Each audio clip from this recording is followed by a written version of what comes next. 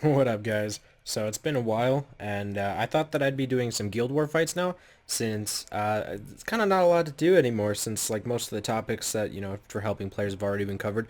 So I think I'm going to start working on kind of just having fun a little bit and doing some Guild Wars, since I am pretty focused on Guild Wars. We've gotten Legend rank quite a bit. If you guys see, we got Legend rank last week, 2 times in a row. We've been going for it. We're going to go for 3 times in a row. Our guild is pretty freaking strong, if you didn't know already, but like, look at this. Boom. And this is reset week, so these are all G3 players. Pretty crazy. Or mostly. Not all of them. But yeah. So that being said, we're going to be doing some Guild War fights. So let's go ahead and pick 3 targets. Now, there's not really much I can do against these types of battles. This is a lower level guild. Since it is reset week, we have been knocked down just a little bit, down into the 20s. So we're going to be facing guilds that are a little bit weaker. So we're just going to have to clear them up fast. It's not really going to be super interesting. In terms of like super crazy defenses, these are going to be pretty quick battles. So like this one, I'm just going to tell you guys now, Beladion Veramos in Guild Wars does not work. I'm just going to put that out there.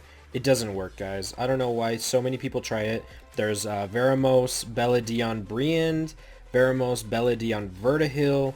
There's just so many different combinations that people try out, and it doesn't work. It does not work. Any decent player is going to absolutely destroy that defense. And I'll tell you why.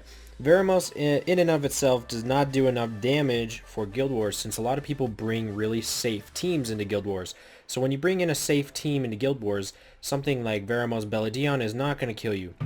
So if you have Veramos Beladion, that's 2 of your slots already taken up, and now you only have 1 spot left. So let's say you do Veramos Beladion plus a nuker.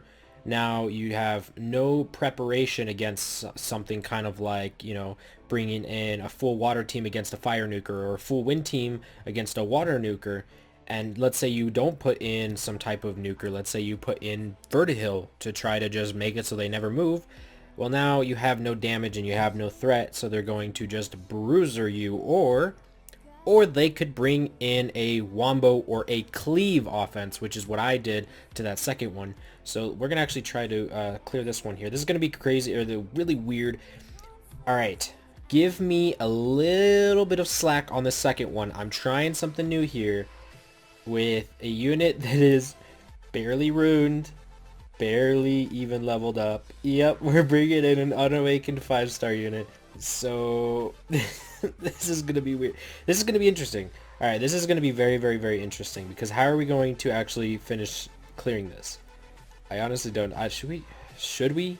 So I just realized that I could use the Water Horse's leader skill, which is, I'm pretty sure it's resistance. But since we don't have him awakened, and I don't have enough materials to awaken him, we don't have a leader skill. I kind of want to use Faye to try her out, but this is gonna be. You know what? We're just gonna go for it. We're gonna go for it because this is a lower ranking guild. So might as well try new things to see how it's gonna work out. This first one is pretty much a guaranteed win, as long as we don't get too many violent procs on that Camilla, but other than that, this should be okay. And another piece of advice, guys, and I know a lot of you guys really don't like it when I bash on Annabelle. Don't put Annabelle on defense. If you're gonna put her on defense in some like Guild War defense, you need a strong fire unit. If you don't have a strong fire unit, you're just going to get absolutely wrecked. Another thing that I changed is I put low crit rate on Galleon. Do you notice that? So I could land the defense break on Camillas. Because in case you guys don't know, I hate Camillas. I absolutely hate Camillas. They're so annoying. All right, let's see how this goes. So, oh, we got rid of the monkey. Oh, defense break.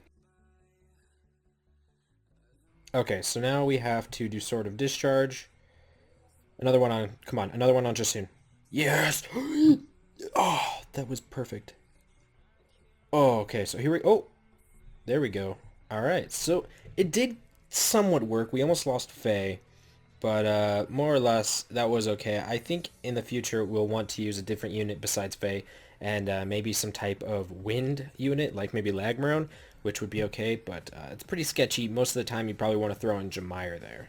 So since our guild does actually have a +6 roll, which means accumulatively you cannot attack more than 6 points. So you'll notice I attacked a +3, a +2. Now I can only attack a +1 or below, just to kind of keep it fair between guilds. I wanted to attack this guy because it actually has a pretty common defense, which is Theomars plus Chasun plus some extra. Some put the Wind Monkey King like we did in the previous fight. Some people put Veramos. Some people put Orion. I use a similar defense. Some people put Molly. The options are pretty much endless. And the way to counter this, in my opinion, is basically to just bring like almost like the exact same team. So I usually just throw in Iona, which like against this type of team, if it's Orion, I have to bring in Orion to match that so he doesn't get too many turns. But if it's just like some tanky team like this with Veramos, I'm going to bring Iona. Iona's going to tank the hits from Veramos, and then I can just take out his Theomars with my Theomars. I've got advantage because I don't have to worry about the AI, and now he's got fire units on the second defense. Again, a similar defense with Beladion. I just don't think Beladion works that well in Guild Wars in general. Actually, I think that's what the whole combo between Veramos and Beladion goes as. It's not necessarily the fact that, you know, oh, Beladion and Veramos can't go together. It's in Guild Wars. It's, you can't really make use of it, of Beladion in Guild Wars. So this is going to be interesting. Nope, boom, you're dead. We're going to kill Theomars right after this. We got Iona to revive. We have almost zero lost chances here because we've got Iona to revive. The only chance that he has of actually winning against us, especially with his AI, is to go for Iona, straight for Iona, and then go for Theomars afterwards. And I've got a pretty good Chasun, so I don't think that's going to be going or happening anytime soon.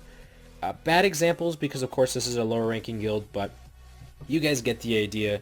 You know, he's not going to be going for the proper units. If it were me and I had AI advantage with his team, I would be going straight for Theomars, let Iona revive, and then I would go for Theomars again. And then you want to take out Iona. You want to get rid of the revive. The revive on Iona is just too freaking good. Just way too good. So we're just going to finish this up here. Another thing that's pretty annoying with Chasun is when it's a Theo Chasun combo against another Theo Chasun combo, you want to land your glancing hit on the enemy Theo, because that can be pretty annoying as well. So, alright, first round's finishing up. Now we got off to the second round. Another thing that's actually pretty freaking strong is Orion plus Varad.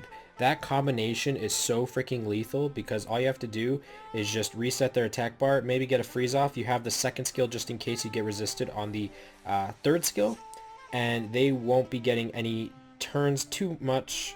It's a little bit risky. Okay, we're good. I think he's also lacking in the rune department just because he's a little bit lower on the board, but no worries. I think once we get rid of Beladion, this is going to be a pretty fast win. Oh, he's got revenge runes on his Perna too. That's really weird. I've never seen revenge on Pernas. It's mainly been will runes or something like blade, or mainly will runes actually.